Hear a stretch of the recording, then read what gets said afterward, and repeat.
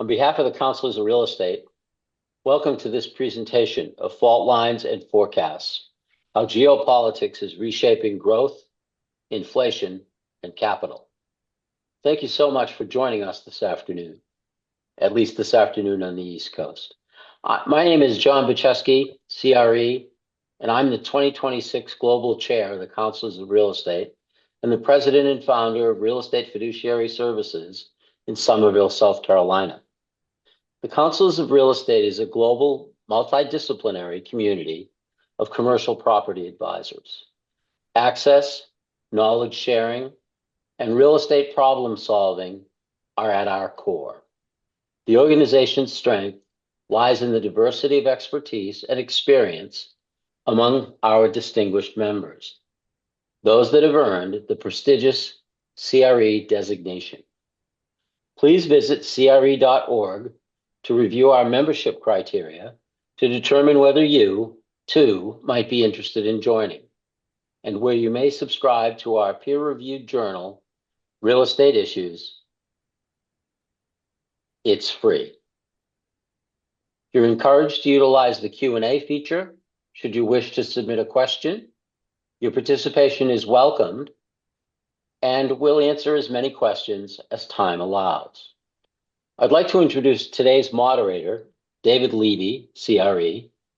David's expertise encompasses the development and assessment of real estate investment strategies for high net worth and institutional investors, while serving on investment committees, assembling and leading high performance teams, and implementing comprehensive property valuation processes. He's currently a managing partner with Milestone Investment Research in Lincoln, Massachusetts, after spending many years at BGO, Bentall Green Oak. Welcome, David, and thank you for doing this. Thank you, John, and hello, everyone. As John said, I'm David Levy, Counselor of Real Estate in the Boston area and a member of the New England chapter. I'm also the chair of the Virtual Planning Committee with the Counselors, the group that provides you these What's Next webinars. And for those of you who are frequent viewers, thank you and welcome back. For those of you who are new to our webinars, great to have you. You can view a recording of this What's Next webinar, as well as all past sessions, on our website at cre.org/recordings and presentations.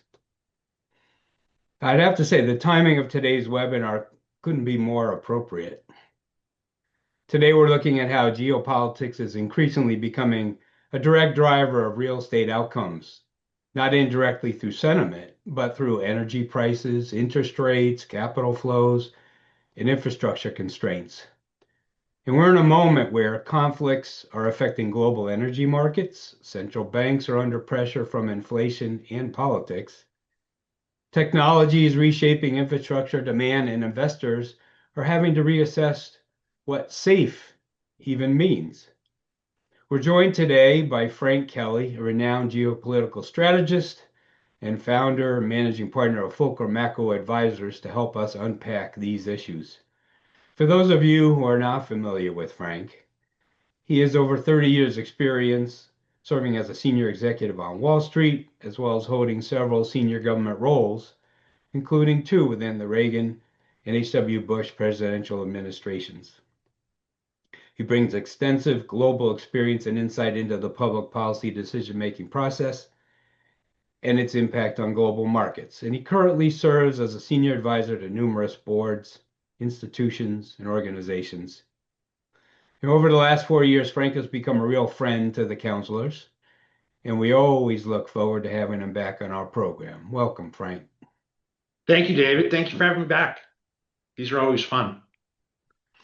We have a global audience today of over 150 senior real estate executives with heavy representation from the US and Canada, but we also have individuals from South America, the UK, Western and Central Europe, Asia, and South Africa. So I think the goal of this conversation is not just to understand global risks, but to translate them into what they mean for real estate capital, valuation, and investment strategy.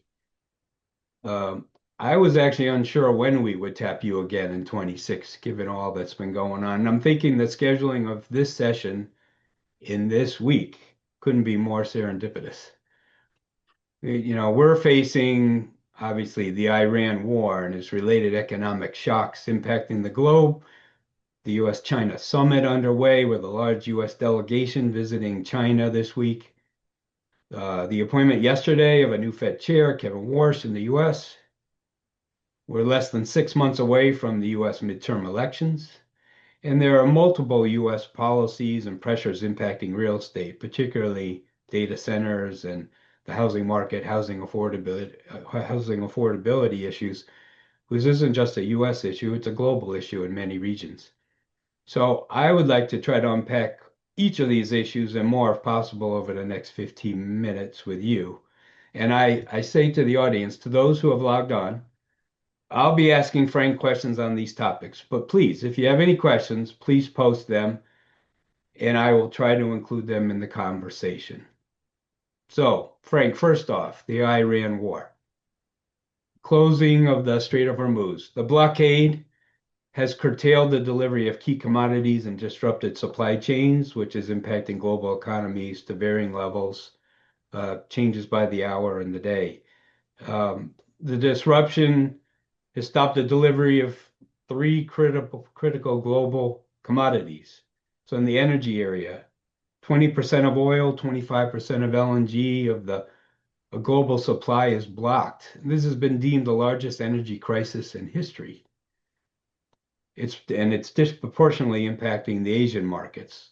Third of the global seaborne fertilizer trade is blocked, which could mean lower agricultural yields, higher food prices, and certainly a threat to the Northern Hemisphere planting season. And then helium, extracted through LNG processing. About a third of the world's supplies comes from Qatar. And helium's used as a coolant for lots of things like medical instruments like MRIs, semiconductor manufacturing, aerospace technologies. And the impacts could be most significant to chip makers in Taiwan, China, Japan, South Korea. So how central is the Strait of Hormuz to negotiations with Iran? And how realistic is a prolonged disruption? The prediction markets are indicating this is going to be a drawn-out conflict. What do you think? So first, David, you were talking about the timing of doing this. I was just thinking as you were saying that we probably could do this like every 2 hours around the clock for the next 6 months. Yeah. And we'd still be struggling to keep up with everything that's moving. It's just so crazy. On the Iranian side, much of this is as much about it. It's kind of an interesting split between ideology and money from the Iranian perspective, right? Um, just the basics of Iran itself. It's a country that's the size of Alaska, so half of the continental United States. If you include reservists, it's got an army of 900,000 men, 600,000 full-time. We know that they're ruthless. They've killed a minimum of 40,000 of their people in the streets several months ago, not because they were protesting for democracy, because they're not happy with the economic situation there. It's the worst performing currency in the world. People, if you aren't participating in the black market, you're probably having trouble eating, right? But they don't care. So you have to kind of think of this almost like North Korea. They'll just slaughter anybody and everybody to stay in power. Yes, the Israelis and the United States took out a lot of their leadership, but the second tier of leadership, the third tier of leadership, quite strong, quite smart. And if anything, it's consolidated the power of the more radical elements in the government, in the Revolutionary Guard Corps, who are not only ideologically and religiously zealots, but they also run the black market. So this is money to them. For Iran, they feel that they are in an unmovable place. They have imposed tolling on all shipping through the strait, which is a minimum of $2 million per ship. Now, that's for anything, right? They've created their own government agency that is doing the tolling. They accept money in crypto or in Chinese yuan. So if there's ships getting through there, they're paying it. I know that Chinese ships that have been allowed through there, it's because they paid, and the U.S. is going to let them through because they're Chinese, and you've got the president now sitting in China. He wasn't going to create an incident beforehand. But for Iran, what they're looking for is money for what they are calling reparations to rebuild, not just from the bombing, but from the cost of almost 40 years of severe sanctions placed on them, right? Second, they're finding the tolling situation and projecting that out as one of their senior, I think it was their head of the parliament said 2 days ago, we anticipate we can make more money off of tolling shipping in the strait than we can on oil. Third, they can go a long time because not only can you repress everybody, there's been all of this reporting that their oil facilities will be basically tapped out, right? They won't have any place to store it.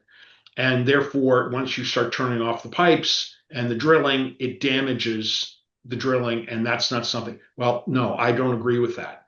They still have the capacity for several months, and the U.S. intelligence has been bearing this out in reports that are leaking. They can still store it. Pakistan and Iraq just signed an oil deal with them earlier this week. So they're shipping the oil to Pakistan, which has been one of the hardest, and you mentioned absolutely correctly, Southeast Asia has been the hardest hit by this, and Pakistan of all countries has been hit the hardest. Gasoline prices have gone up 60, 70% in Pakistan. So, by the way, and they're the guys negotiating on our behalf. So they're now selling it. It's moving. They don't have to shut things down. And if you have this radicalized view of we will do whatever it takes to inflict maximum pain on the US economy and the global economy, we'll just dump this stuff into the ground. We don't care. We'll just keep pumping it. And if it pools over there, we don't care, right? Because at the end of the day, and this is where I think the prediction markets are correct, the Iranians prepared for this for 40 years. They have looked forward to this opportunity to be in a war with the US, right? This regime exists because of the US as a counter to it, because they overthrew the Shah. And we all remember back when the Shah fell, it wasn't that they were burning flags of the Shah in the street during the revolution. It was the American flag and taking the American embassy hostage because we had created the Shah and installed him back in the day. And ever since then, we've had a Cold War or worse with them. So they see in the halls of power in Tehran, one, on a global scale, we're turning the world against the United States. The rest of the world's angry because of the economic implications of this, right? Don't blame us, says Tehran, blame the United States and Israel for starting the war. Second, they are very keenly and openly playing a war against the US against the American voter, right? And against Trump, because they're seeing these poll numbers with Trump going way down, right? He's at 35% approval rating. As gasoline and diesel prices go up, the risk of inflation keeps going up. And that is having an immediate and very real impact on the midterm elections, which I know we'll get to in a minute. So if you're sitting there in their version of the National Security Council, you're following the polls in the US. So Donald Trump could lose control, the Republicans could lose control of the House and the Senate in November. And then a year from now, let's just put it out there, if that happens, Donald Trump will be impeached and forced out of office. Why wouldn't you pursue that as a strategy? And the proof of this is in the Twitter feeds of the Iranian president, their foreign minister, all their senior people. They're literally trolling the president, not just with funny, if anybody's seen them, they're making Lego, artificial AI Lego movies, making fun of Trump. But no, you've got the president of Iran taking a screenshot of all the gas stations that are within a 2-mile radius of the White House, and he's got pins in them, and he's regularly showing the spike in gasoline prices. Mr. President, he says, how is it that the American voters are happy with you in this war when it's costing 40% more in gas, or that they can't have their summer vacation because it's too expensive now? That's the game they're playing. And we can't get them out of there. We can't stop them. And I'll end on this unless we put boots on the ground, unless we actually put physical troops, and we're not going to do that. So this is going to go on for a while, and they're going to extract a price for this. So at a minimum, we're 6, 7 months and likely a lot longer than that, right? Yes, I think that the glimmer of light is happening right now, right? And that is because President Trump is in Beijing, and to some degree, he's asking President Xi for help. And we have President Xi saying the Strait of Hormuz you shouldn't be. We don't agree with them putting tolls on shipping. It's open waterway. That's the law of the sea. On and on and on. That's great. What's the follow through, right? So China will say something, but what does that actually mean? And that's to be determined. So if markets are seeing that, I would take a deep breath and let's see where we are in 3 or 4 days. Is President Xi calling the president of Tehran and senior leaders and said, "Hey, knock it off, guys. Enough's enough." Before we move on to the U.S.-China summit, so depending on the duration of this, what's the potential for essentially demand destruction and the potential? There's been talk about a global recession, and certainly there are other parts of the world besides the U.S. that are hurting a lot more, Europe and Asia in particular, particularly Southeast Asia. So when does that begin to really accelerate and go into effect? In some cases, it's very much accelerated, right? You look at India, which is really hurting, where 65% of their propane for cooking comes from the Gulf. And they're putting emergency measures in. That's a country of 1.4 billion people. That's a problem, right? That there is derivatives of oil production that is used as it's used in paving roads to keep asphalt together. Well, India is in the midst of massive, extraordinary infrastructure build out. Well, all of a sudden you're not paving roads in India. So you see that, and then we could go through everything, Malaysia, Indonesia, the Philippines, Vietnam, right, where they're really hurting already for oil, to the point where China is giving oil to, I know it's Cambodia and Vietnam, as if they're giving emergency food aid. They're giving emergency oil aid. So it's having that impact. And I do think at some point, it's still not there yet. The pain threshold for China is coming, because to keep their economy going, which is so export driven at this point, and particularly that marketplace is Southeast Asia. If they're not buying, then China can't sell. Right. Let me just briefly bring us back to some real estate. So I'm just thinking, listening to how the relationships are and how the world might be looking at us now. In times of distress like this, there's usually a flight to quality and safe haven. So would the gateway markets and foreign investment be flowing into the U.S., or is because of what's happening, that's not the way it's going to unfold? Do you have any idea on that? In talking to investors at all different levels, whether it's hedge funds, insurance, my clients out there, asset managers, they all sort of remind me of my grandchild my grandson. I watched him the other day and he was like spinning around in the front yard having fun, right? Going circle, circle. And then he stopped and he's like staggering and he's dizzy. I think that's probably a pretty apt description of most portfolio managers, institutional investors. Where are we going and how are we getting there? Right. I do think there'll be a flight to quality. China is going to try and take very much advantage of that, and they are now. But I think it will be the United States still to a certain degree. And one of the things will be, I would keep an eye on, because what are we not talking about anymore that we were talking about 3 months ago was trade, right? Donald Trump and Liberation Day. Now that got struck down in the courts and he has new tariffs, but he has to complete trade deals. He hasn't completed any major trade deals. And one of the things that he's looking to do, and I'm going to pick on Japan for a moment as an example, because he's going to try and do this with more and more countries. He's saying to Japan, we can sit here and negotiate over how many washing machines we can send you and how many autos you can send us. But let's just cut to the chase. You just cut us, Japan, you cut us a check for $550 billion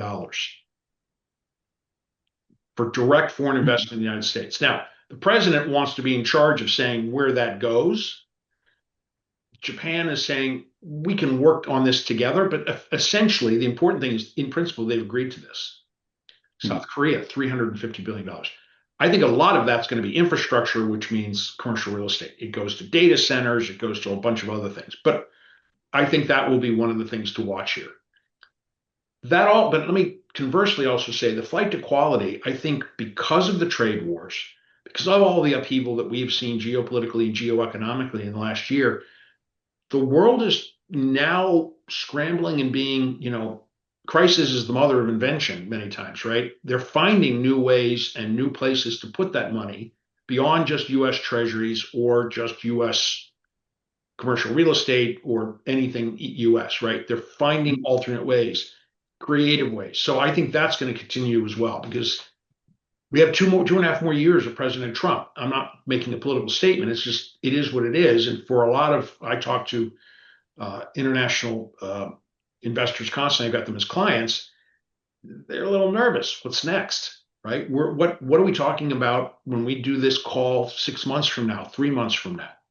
Is there something new that is happening here on the trade front, or is there a new geopolitical crisis? So I think that's again back to my analogy of investors sort of like a dizzy three-year-old. How do you game this out? And it's really hard to do. Yeah. I had a question come in about how do overseas investors' opinions of the value of the dollar over a 2 to 10 year time frame impact their commercial real estate investment decisions in the U.S.? It's a great question. It's a constant question. The easy answer, as a friend of mine refers to it, the lazy consensus is, hey, where else are you going to go? Right? Are you going to Right. put the money in the renminbi? Are you going to put the money in the euro? Is it going to be gold? No, the dollar is still king. Yeah, until somebody figures like something out. I'd point out that normally this would be like front page news if Trump wasn't in China and we didn't have the Iran war. The BRICS are meeting. All the foreign ministers are in New Delhi right now. Right. And we know that previously the BRICS had even floated the idea of either creating their own currency or a basket of currencies of BRIC nations as an alternate investment thing. So I think that there's a pressure point here that we can't ignore. I have no idea what that will be, but the rest of the world is looking for an alternative. Dollar is still king, but like any king, you're king until you're deposed. And Right. oftentimes those, those coups, they wait, what? Somebody just killed the king? When did that happen? Right. So I think the short term, nothing happens. But 10 years from now, I wouldn't dare venture to say that the dollar is still king. Hmm. So the discussion of doing deals, let's go to the U.S.-China summit. I mean, that was the original purpose of the trip when it was scheduled prior to the war, right? Uh, it has a large delegation of U.S. CEOs across really select industries like aerospace, agriculture, tech, finance. We've already heard rumors today that there's some deals getting done with Boeing potentially. Um, So what are the key negotiation points and what does success really look like from this summit? I mean, there is the trade and tariffs, but we also have the war, Taiwan, and AI, technology controls and rare earth. So what's to come out? So first, I would caution anybody to take again a deep breath. This is, it's more of like a yoga breathing class here, meeting geopolitics. Take a deep breath. We're all going to be hearing stuff and thinking, gee, this is great. Some of it will be concrete. It's immediate and it's good. China has apparently committed to buying 200 Boeing aircraft. Okay, great. But I'm just going to point back to Trump's first term and his meetings with Xi and promises that were made that were never fulfilled, right? And Right. the Chinese, it wasn't that they were lying, it's their intentions, as opposed to a Donald Trump signing a contract type thing, right? Very different. And you're basically meeting for a day and a half, even less than day and a half.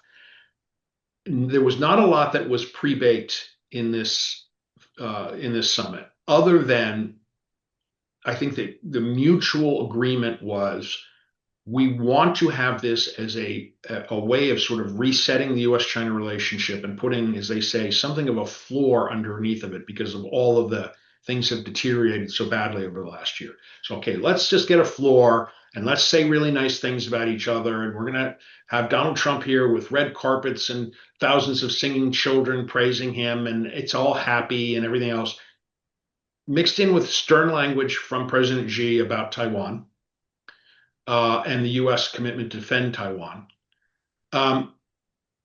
So let's see. It's probably going to take like a week or two for us to maximum to really understand what's going to come out of this. Xi said, yes, we want more foreign investment in the U.S. Okay, let's see what that means in the coming weeks and months. But victory is we're happy, we're hugging it out, and that there will be another summit. President Trump has invited President Xi, I believe, in October. I think they're still working at the date. That will be much more consequential, I think, in terms of deals. One other thing I will say, there was a lot of chatter, mostly coming from the president, that he wanted to hammer out a deal with Xi on this trip for China to commit to $1 trillion of direct foreign investment in the United States. That's not going to happen. China never agreed to that. And Congress, particularly Republicans in Congress, who are full of China hawks, are no, hell absolutely no. That's not going to happen. And that would be in lieu of tariffs? I think that was part of, yes, that they'd cut some sort of deal. Of course, that would, yes. So basically, you just give us a bunch of money and we'll call it even. The real issue here too is the most advanced chips, right? And look at NVIDIA with Jensen Huang, who got invited, he got disinvited, he got re-invited, and had to catch the bus, the flying bus, if you will. He had to fly to Alaska, where Air Force One was refueling to catch the flight over, right? Kind of shows that even within the administration, there's some real fighting over the whole chip issue. Seems the real stake in the ground is about Taiwan. So would the U.S. change its stance on that? And what would be the impacts of the APEC that were to happen? Well, I think there's a couple things about that we're going to see played out here. One, the Iran situation has been quite a lesson because in a way it's a proxy for, God forbid, a Chinese invasion or attack on Taiwan. We'd have to put a huge naval fleet far away, create the supply chain for that. We have the plans, we know what we would do, but it would also require troops on the ground. And the nature of warfare has so changed in the last 3 to 4 years because of the Ukraine war. We have to have, and we're beginning to have, and we have to do it very quickly, a serious conversation about, are we equipped for it? And I would argue we're not. Because it's all about cheap drones, ballistic missiles, right? It's stunning to see what the Iranians, it's a new way of fighting wars. I will say this. We saw something 2 weeks ago in Ukraine, which really is the wake-up call, where a Ukrainian force advanced on a large Russian position in Ukraine. It attacked it and forced the Russians to surrender. And you saw 40 or 50 Russians coming out with their hands up, surrendering to the Ukrainian force. That Ukrainian force did not have a human being in it. It was 100% a drone force and robots. So you're watching, you can find the video of human beings, Russian soldiers, surrendering to Ukrainian drones. I mean, Ukrainian robots. Yeah. The future is now. So tanks are like cavalry. Aircraft carriers, they're big targets, right? This is a different war, different way to fight wars. And are we ready for that? Will the U.S. shift its policy? I don't think there will be any sort of, no, we're not going to defend them anymore. But I think what you're going to see and what the Chinese know that, but what they're looking for is a shift in tone that's more conciliatory. It's not us knee jerk saying, here's our commitment to defend them militarily. It will say things, it will be a shift to, we seek a peaceful outcome in all of this, blah, blah, blah, blah, blah. Meanwhile, uh, President Xi has been launching a peace, love, and understanding offensive towards Taiwanese, de-escalating all of the military threats. He just had the Taiwanese opposition leader in China for 7 days of just the greatest glorious trip, and they were all hugging it out. And the Taiwanese parliament is split. They have blocked a $14 billion defense package, approving that from the US. So we're seeing some changes even in Taiwan itself. Before we leave the summit, let me ask you one question. I don't know if you have a response to this. Obviously, the EU is not at the table.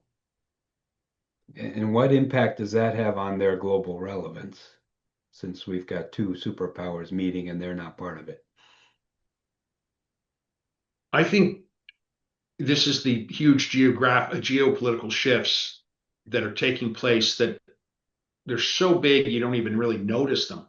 But I would argue, one, President Trump's persistent agitation with Europe over not spending enough over NATO, which they weren't doing in his first term, 2% of GDP, which is a requirement, which he then forced to raise to 5%.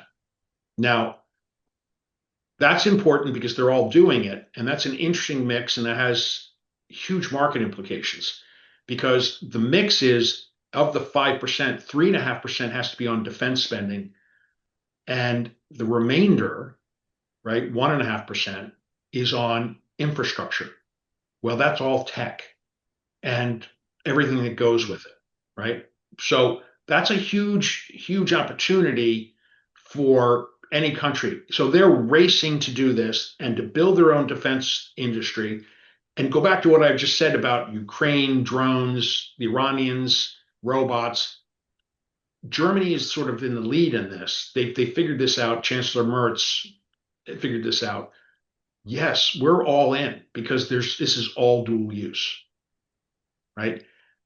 I could get into the details of all this, but I can tell you, I think people would be shocked at how many of the drones that the Ukrainians are using with incredible impact on Russia are being manufactured in Germany. These huge high-tech facilities, right? That are all public companies. And there's the dual use because of all the software. So this is a boon to them economically, but they're racing to catch up. And they also realized, Trump didn't even confer with them before he went into Iran. You can criticize it, you can understand it, but let's just be honest, Trump didn't think they were relevant. They don't like being seen as irrelevant, and they're racing to be defense and economically relevant, everybody's learning how to take care of themselves now. And that's a big shift. And the only way to get there is the capital markets. So let me ask you about all the impacts of the volatility and uncertainty that this has created in the inflation. What about central bank policies around the world? Looks like interest rates higher for longer. The long end of the curve and the 10-year government bonds have increased over the last month in most countries except the EU. The US, at least an hour ago, was about 445. And these rates are reflecting both inflation and uncertainty risk premiums, and the yield curves are higher and flatter. And I think the prediction markets are indicating a rising probability of rates hiking in 27 rather than being cut in the US. So what will obviously the central banks have paused. What will they do? I guess it's very dependent upon, again, the duration of this event, right? What is your opinion? Is it the opening of the strait that will basically free up the decision making and potentially a reduction in interest rates?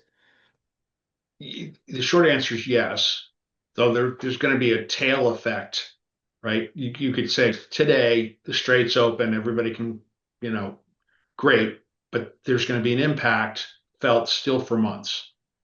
It's That's right. So there's that, and central banks understand that.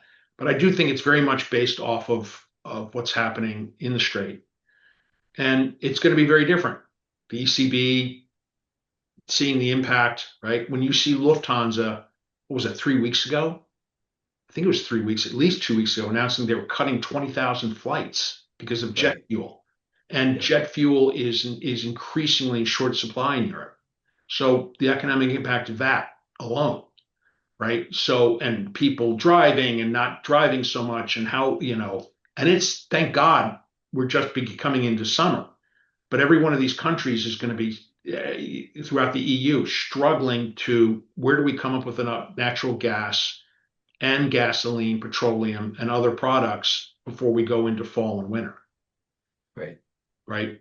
They have to purchase it, they have to store it, and that will be inflationary. We have Scott Bessent, just before we got on the call, I saw Bessent apparently during his trip to Japan, he was just there, day before yesterday. He's calling on the Bank of Japan. I think what I saw was he said they need to start raising interest rates. And now we have Kevin Warsh, who's just confirmed and is probably going to be sworn in on Friday. Friday is Jay Powell's last day as chair. He'll be sworn in probably by President Trump in the Oval Office, which my guess is as soon as Kevin puts his hand down, you'll hear President Trump from the side saying, and you're going to lower interest rates.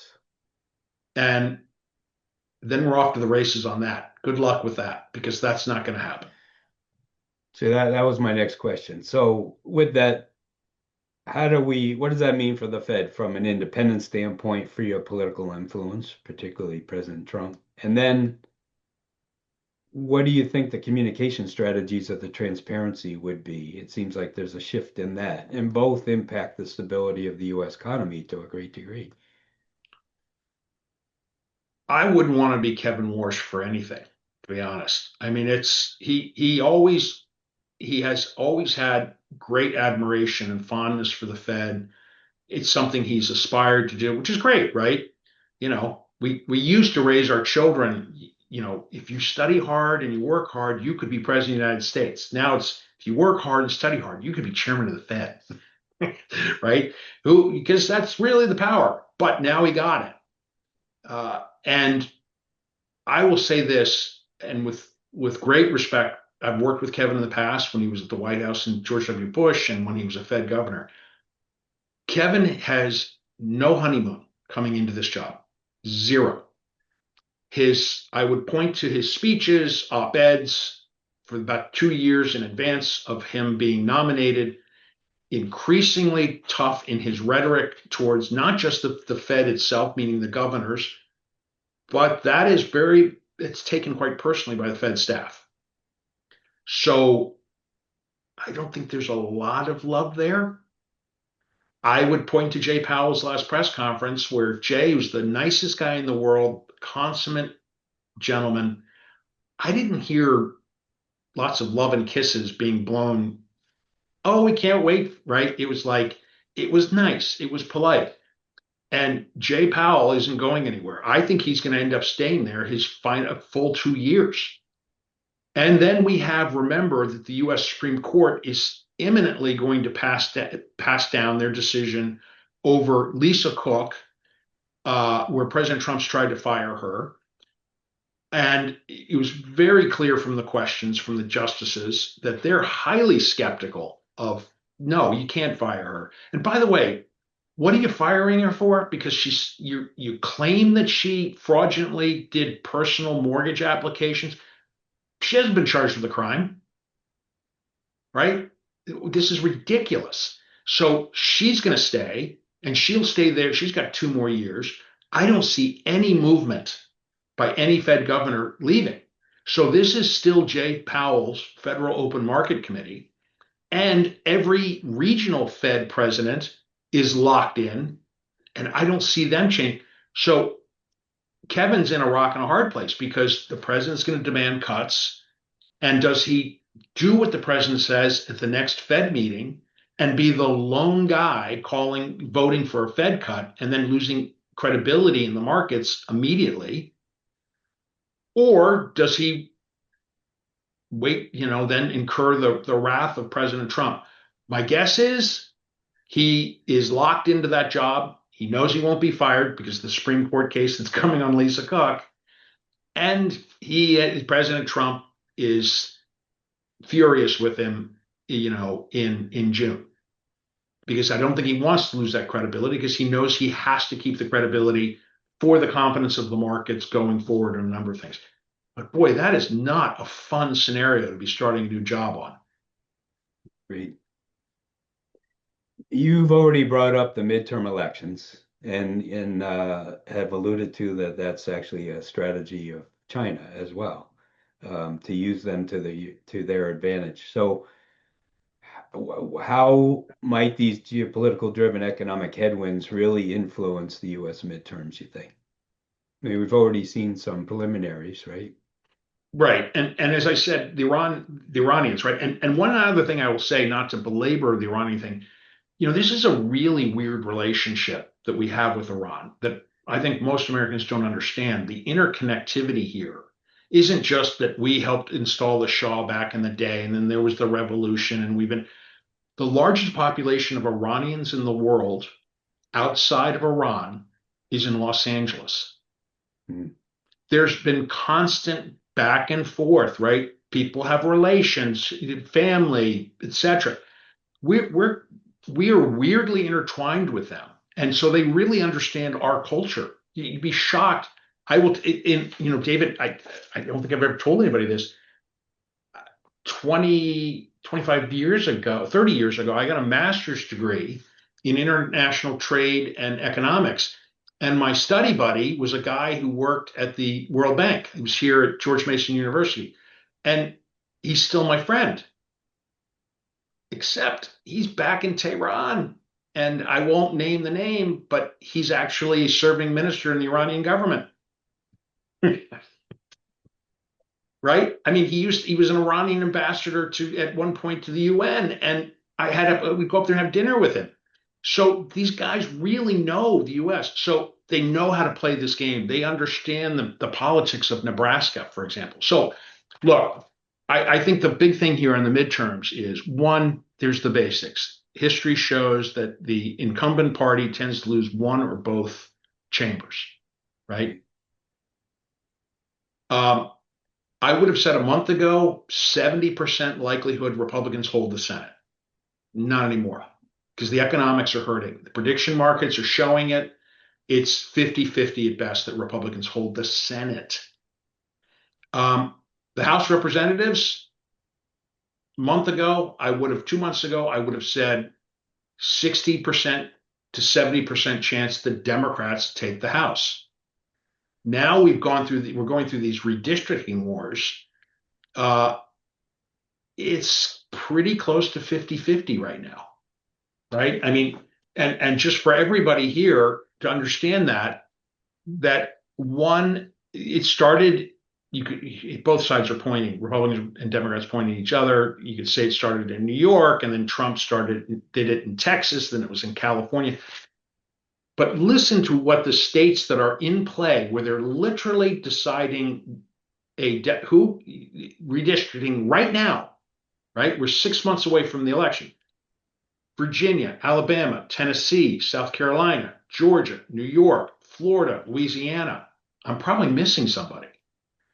And it's been this pitched battle back and forth. Republicans were probably going to pick up 6 or 7 seats, and then Democrats switched it, and they were going to pick up 6 or 7 seats through redistricting. It's basically 50-50 at this point. Republicans also have almost $200 million more than Democrats for campaigns for House and Senate seats. Okay, that's the basic numbers, but it's all coming down to economics. And it will come down to those basic things of, like I said before, I was going to take the kids to Disney World, and it was going to be a pain, but it was a 2-day trip, and it was a trip of a lifetime. And they were really excited, but I can't afford it now because gas prices are $6 a gallon. I'm mad, right? And I know this is going to sound ridiculous. You rightly said about fertilizer costs. Yes, that is a grave issue internationally, right? I think we could see some humanitarian crises in parts of Africa and North Africa and Asia and everything else. But that's the sublime, and I'll go to the ridiculous. Dave, you and I are out wanting to fertilize our front lawn. We're growing our grass, we're gardeners or something like that. And suddenly fertilizers just for basic lawn care is 10 times, 5 times, whatever the cost. I'm going to notice that. I'm going to be ticked. My house doesn't look as nice. I'm going to take that out on Republicans. Yeah. Hmm. So let's shift to some real estate issues and some policies. I know you've had some recent insights into the data center space. You want to share? I mean, the data centers have been one of the top performing sectors with ample tailwinds behind it, but there has been a fair amount of NIMBYism going on in a bipartisan way. I know there's probably groups in 24 or more states organizing to block development. So what's your view of what you've seen and heard about the data center sector? Well, I'm just back. I got back last night at 11 o'clock from a high tech corporate treasurers conference in California where I spoke. I was on 3 different panels. One of them was on this very issue. Um, and it was different areas of tech, fintech, elsewhere. And they're all very focused on this because of the AI boom, what that means, what the big boys, Amazon, Alphabet, where they're going, and everything else. So it's really fascinating to see from a market perspective. I sat with two chief investment officers of asset managers, and I was the political guy, right? They're all talking about it's amazing. You're seeing valuations here, and the debt market is, they're snapping up every bond around data centers and blah blah blah. And so there's this glowing, wonderful world in the market side of this, and then I'm sitting there like, the skunk in the party, saying it's pretty bad. And you see that today in a Gallup survey that came out that 70% of Americans don't want a data center in their community. 70%. That's like states saying, I don't want radioactive material stored in my state, right? I mean, it's just like, I don't want a prison built in my community. What happened? Now, I think this is going to be quite a pitched battle. This has become purely political. It is the perception that energy prices are now increasing. My electricity bill has gone up, and they're conflating gasoline prices with this, right? I'm paying more. That's all I know. I'm paying more. Well, electricity prices don't have anything to do with Iran, right? And there's other factors to this. And it's because our grids stink and we need better generation, right? But the interesting thing is some of these big companies, Amazon, other, they want to build electrical generator. They want to build nuclear power plants, right? They're willing to pay more. Nobody talks about that. There's this whole environmental thing that this is somehow going to, we're all going to turn into a parched desert because aquifers will be drained. No, they won't, right? Many of these centers actually recycle all that water.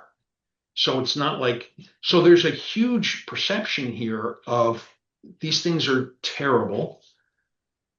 And it seems to be really accelerating. The only thing I think we can all agree on is whoever the architects are of data centers, they obviously are like refugees from 1960s communist government, right? I live here just by Loudoun County, where it's a data center capital of the world, more data center. And you drive through there and it looks like, Romania in 1960. It's like, come on, guys, you couldn't put flowers out front. You can't do something better than this. People don't like that. Okay, fix that. But I would also point to this. You and I talked about this. I've got a friend who worked in the intelligence world at a very senior level, and he ran for this particular intelligence agency all their data centers. He just retired. And I was talking to him 6 months ago. And he's still young. He's early 50s. And he wanted my thoughts on what he could do. I'm like, what are you asking me, dude? You're like the data center king. You strategize this, right? He said, nah, I don't want to stay in that. He said, because I don't want to do space work. It's all going into space. And then he said the killer line, it's already in space. Excuse me? Hmm. And he said, forget that part. He did, honest to God. It was 6, 7 months ago. And then all of a sudden you see Elon Musk merging his AI company with SpaceX. And he announces he wants to put a million data centers in space. Huh. So I do a little thinking about this. I'm like, I wonder, my buddy said that they already have data centers in space. I wonder what rocket system they used to put them up there. And I'm thinking, Elon may have gamed this out and watched how this worked, right? And now he's figured it out.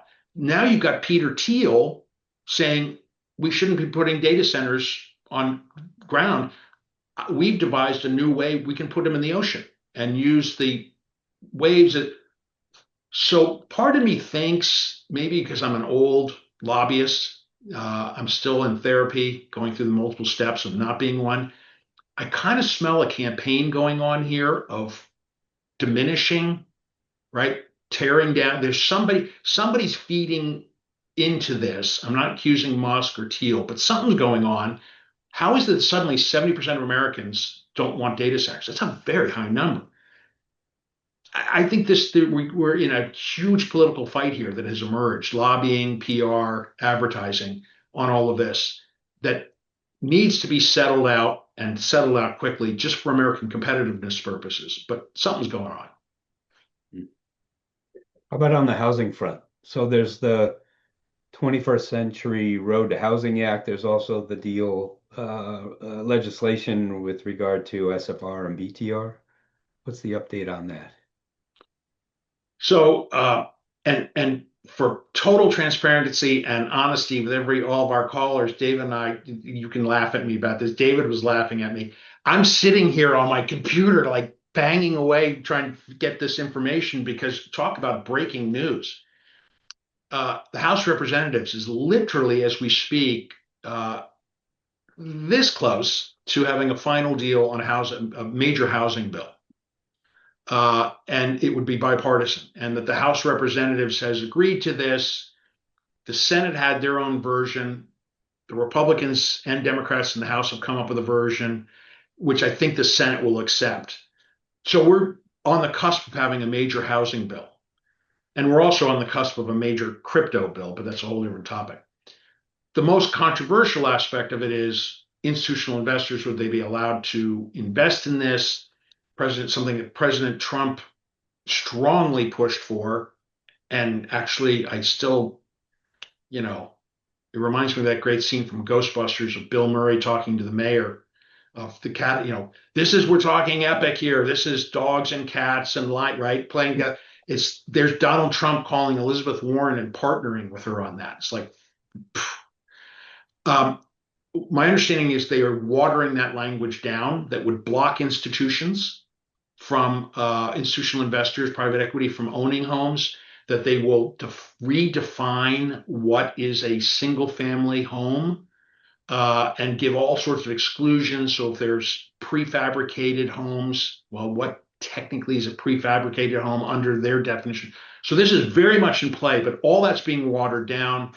There was a provision, David, you even knew this better than I did, of after 7 years, people renting, all that's being watered down. So we're getting there, but I would urge everybody, Google it, hit the refresh button. There's a lot going on out there. David, I can send you the current draft legislation. You can send it to everybody if they want to see it. It's public information. So there's a lot going on just as we speak. They were literally working overnight and as we speak, drafting and redrafting, but they're almost there. Interesting. So we're running up on the hour. I wanted to ask if you're willing to give us some sort of parting remarks. Is there like a key issue to watch that we ought to take away? Look, I think there's a gloom and doom cycle that everybody's sort of dealing with professionally and personally in this country. People are worried, they're angry, they're anxious. I mean, the data's there, right? Anxiety is through the roof, right? I am of a view, though, that we are really in a revolutionary time in so many ways. Some of it good, some of it bad, but most of it very good.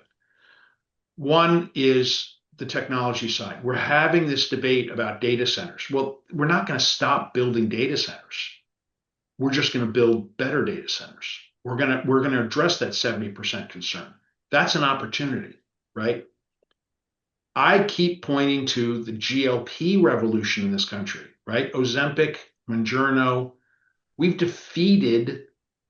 effectively defeated obesity in this crisis, in this country. 1 in 7 Americans is on them, and 1 in 5 Americans have been on them in some way. This is creating healthier people. So I think we're seeing a real revolution in healthcare. What does that mean for investors? We're living longer. We are living longer. This is becoming more and more clear. It is becoming, it's a retail thing, right? We're going to be it's a pill now and it costs nothing.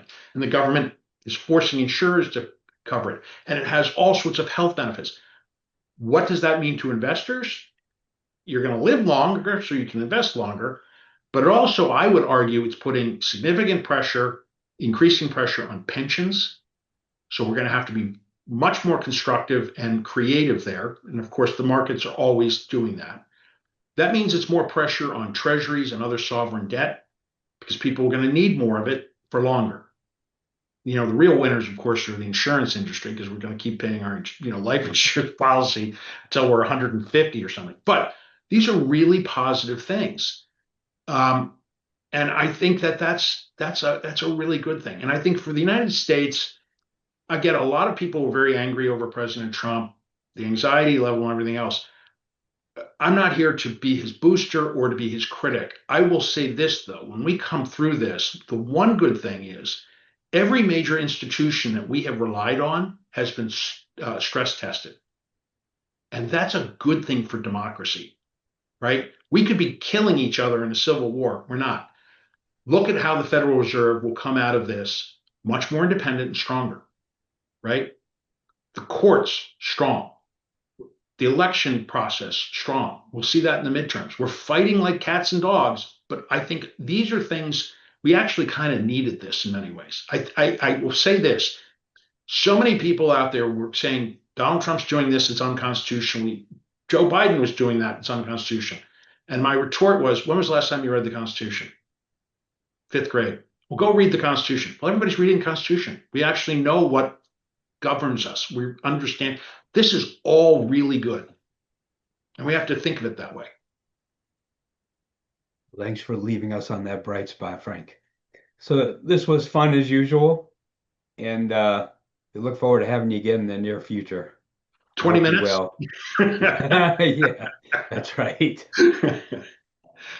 John, I turn it to you. Oh, you're on mute. There we go. Thanks, David. And thank you, Frank, for a very insightful and provocative series of comments over the last 50 minutes. We're always appreciative of your insights and grateful for the time you are willing to spend with us. We benefit greatly from it. Well, you're friends now. Thank you so much for having me.